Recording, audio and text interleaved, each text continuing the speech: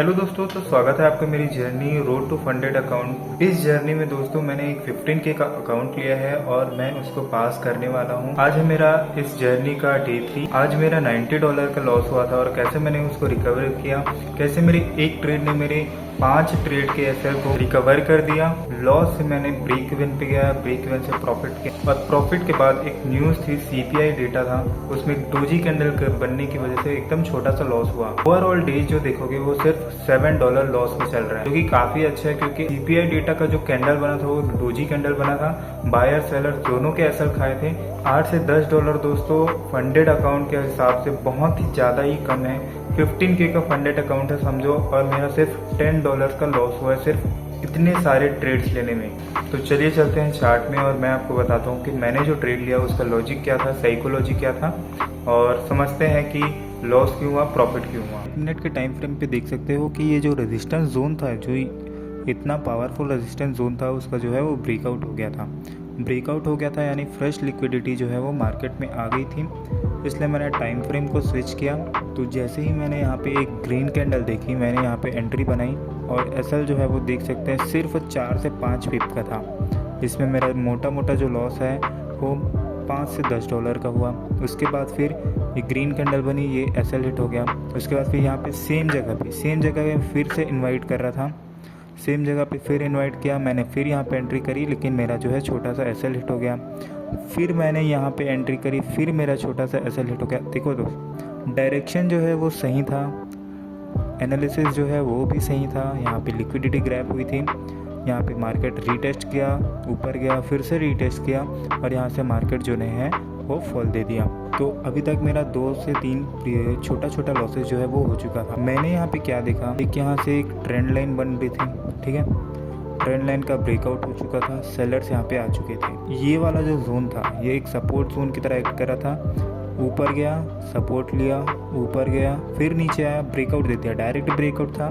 उसके बाद से यहाँ पे ग्रीन कैंडल बनाया। ग्रीन कैंडल के बनाने के बाद फिर मेरे को लगा कि यहाँ से मार्केट जो है वो बायर्स को इनवाइट कर रहा है। 5 मिनट पे मैंने यहाँ पे एंट्री बनाई, ये वाली जो ग्रीन कैंडल थी उसकी क्रॉसिंग पे एंट्री बनाई और यहाँ पे जो मेरा है वो एसएल हिट हो गया। यहाँ पे मैं क्या समझा कि मेरी तरह जितने लोग भी यहाँ पे ये ट्रेंड लाइन के ब्रेकआउट पे सेल किए होंगे, जितने लोग भी इस ट्रेंड लाइन के ब्रेकआउट पे सेल किए होंगे, उनका जो एसएल है वो ऊपर की साइड होगा, ठीक है।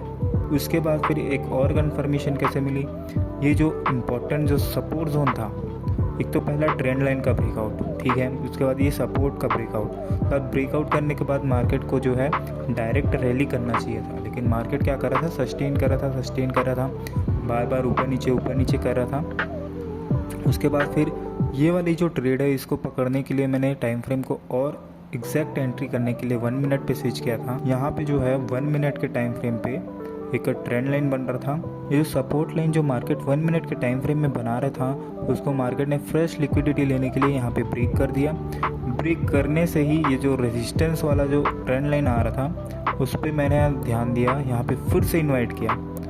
मैंने क्या देखा, पहली बार इस ट्रेंड लाइन पे टच किया, इतना गिरा, दूसरे बार इतना गिरा, तीसरे बार एकदम छोटा सा गिरा।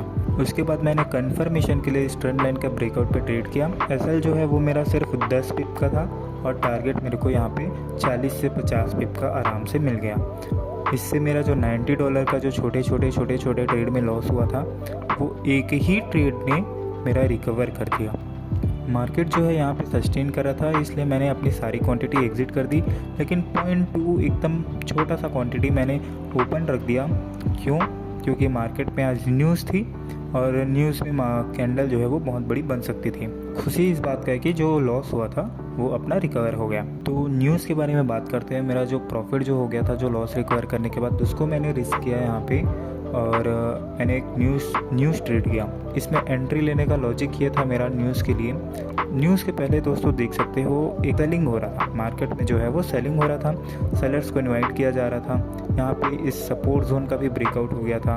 उसके बाद फिर बार बार मार्केट जो है वो रीटेस्ट कर रहा था। यहाँ पे मार्केट बता रहा था कि अब मैं नीचे जाऊँगा, और मैंने यही देखा कि मार्केट जो है बार बार सेलर्स को इनवाइट कर रहा है, इसलिए मैंने यहाँ पे एक छोटा सा ट्रेड लेने का सोचा और मेरा जो ट्रेड है वो मतलब ये न्यूज़ आने के पहले ही कट हो गया, जो कि अच्छा था। क्योंकि अगर न्यूज़ के समय कट होता तो बहुत ही बड़ा स्लीपेज लग सकता था। डायरेक्शन जो है वो दोस्तों सही था, एकदम डायरेक्शन जो है वो सही था, देख सकते हो 120 पीप का अपने को टारगेट जो है वो मिल सकता था। न्यूज़ के समय फ्लक्चुएशंस बहुत थी, इसलिए मैंने कोई और ट्रेड नहीं लिया। न्यूज़ के बाद देख सकते हो कि छोटा छोटा 5-5 मिनट का कैंडल 50 पीप का बन रहा है, इसलिए यहाँ पे भी मैंने ट्रेड करना अवॉइड किया। तो यही था दोस्तों आज का दिन। आज मैंने $90 लॉस से ब्रेक इवन पे ऑलमोस्ट क्लोज कर दिया। न्यूज़ कैंडल था इसलिए थोड़ा सा स्लीपेज लग गया, लेकिन अगर न्यूज़ कैंडल फेयर में बनती, अगर बिना एसएल हिट किए बनती तो आज $100 मिनिमम जो है अपना प्रॉफिट चलता, और जो पुराने दिनों का जो लॉस है वो भी रिकवर हो जाता।